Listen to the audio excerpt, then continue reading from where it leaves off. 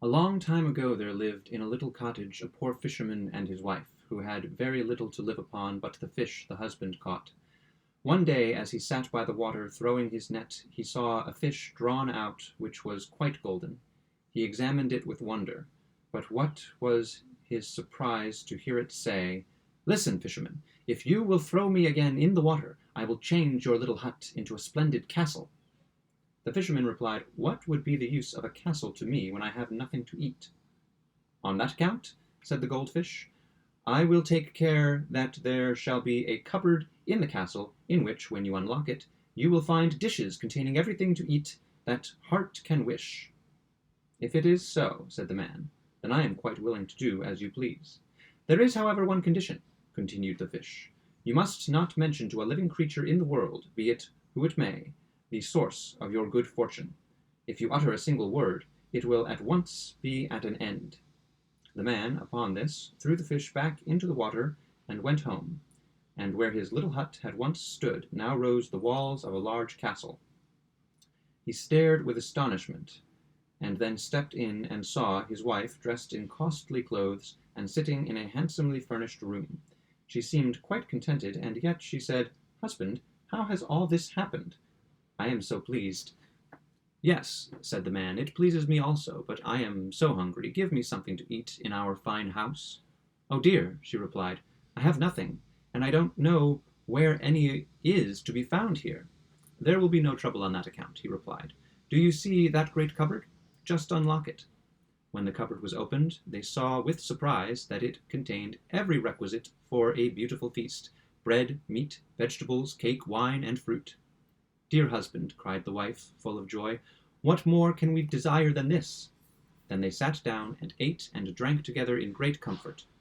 After they had finished, the wife said, "Husband, where do all these good things and riches come from?" "Ah," he replied, "do not ask me. I dare not tell you. If I disclose anything, all our good fortune will come to an end." "Very well," she replied, "if I am not to be told, I shall not desire to know." But this was merely pretense, for she gave her husband no peace that night, no peace night or day, and she tormented and worried the poor man so terribly that she exhausted his patience, and he told her at last. "This good fortune," he said, "all comes from a wonderful gold fish, which I caught, and afterward gave it freedom by throwing it back into the water." No sooner had he uttered these words than the castle with its wonderful cupboard disappeared, and they were again sitting in the fisherman's hut. The husband was now again obliged to follow his trade and go fishing, and as luck would have it, he again caught the golden fish. "Listen," cried the fish, "if you will again throw me into the water, I will once more give you a castle and a cupboard full of good things, but be firm this time and reveal to no one from whom it comes, or all will be again lost." "I will keep it to myself," answered the fisherman, and he threw the fish into the water. Everything at home now was in its former splendor, and the fisherman's wife joyful over their good fortune, but her curiosity gave her no peace, and 2 days had scarcely passed before she began to ask how it all happened and what was the cause. Her husband kept silence for a long time, but at last she made him so angry that he incautiously revealed the secret. In a moment the castle and all that it contained vanished, and they were again sitting in their little old hut. "See what you have done," he said. "We shall have again to starve with hunger." "Oh well," she replied, "I would rather not have such riches if I am not to know where they come from. It destroys my peace."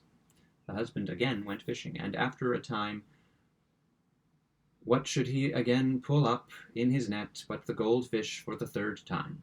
"Listen," cried the fish, "I see I am always to fall into your hands, therefore you must take me to your house, and cut me into 2 pieces. These you must place in the ground, and you will have gold enough to last your life."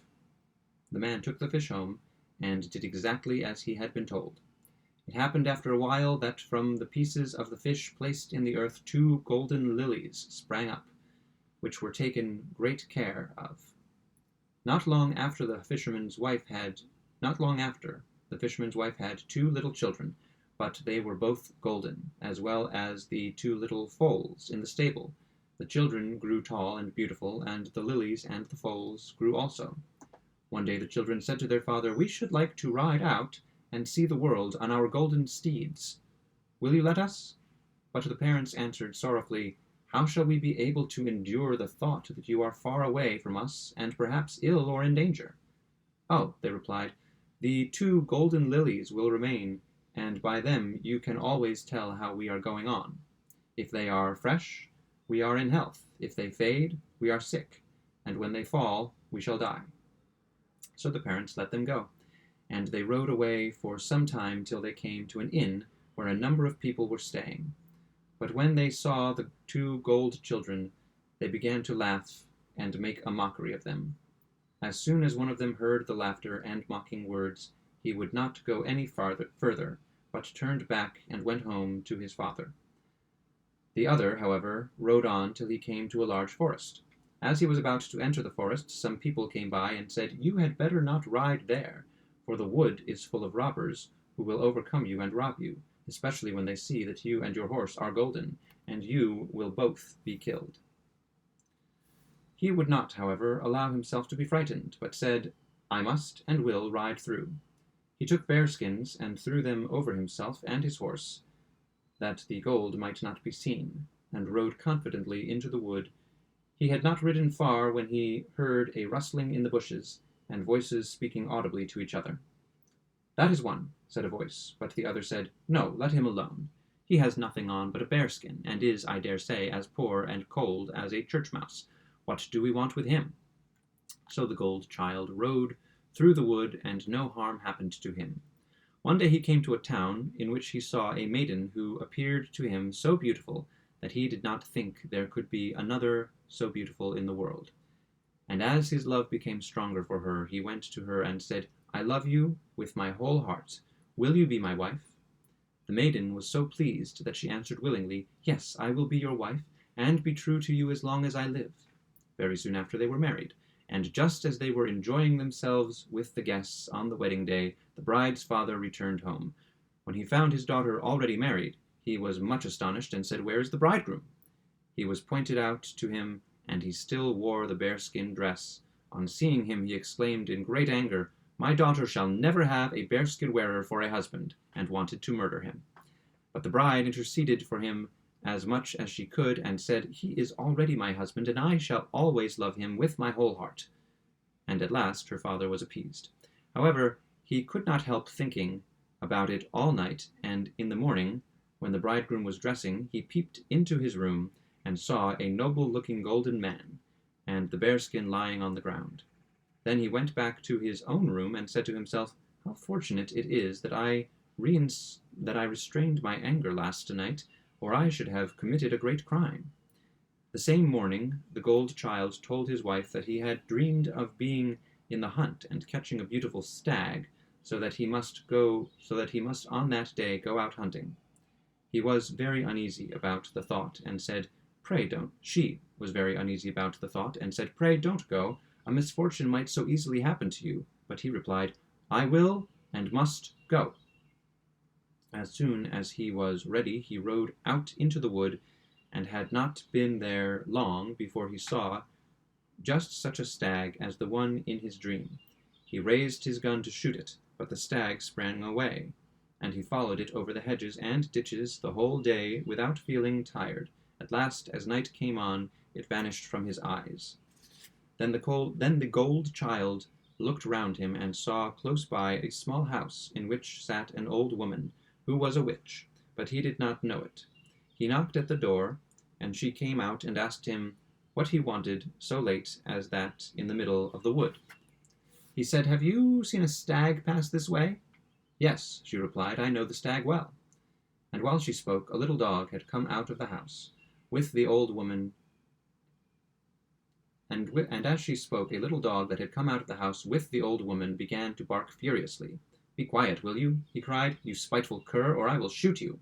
"What? You will kill my dog?" cried the old witch in a rage.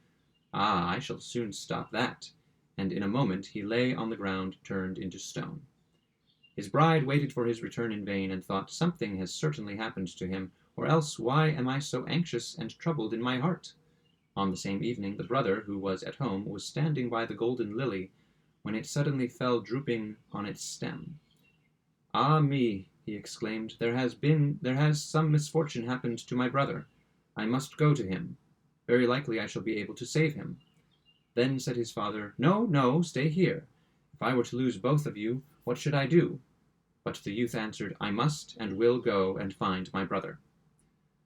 Then he mounted his golden horse, and rode away quickly to the wood where his brother lay turned to stone. The old witch saw him in the distance, and came out of her house, and tried to mislead him about his brother, and called to him to come in. But he would not go near her, and raising his gun, he cried, If you do not this moment restore my brother to life, I will shoot you dead. She saw he was in earnest, yet she moved unwillingly toward a stone that lay near the door, touched it with her finger, and immediately the gold child stood before his brother in his own form. They were both overjoyed to meet again, and kissed and embraced each other. Then they rode together out of the wood, and there they parted, the one to hasten back to his bride, the other home to his parents. Ah, said his father, we knew that your brother had been released from his trouble, for the golden lily is again erect and in full bloom. And after this they lived in happiness and contentment for the rest of their days.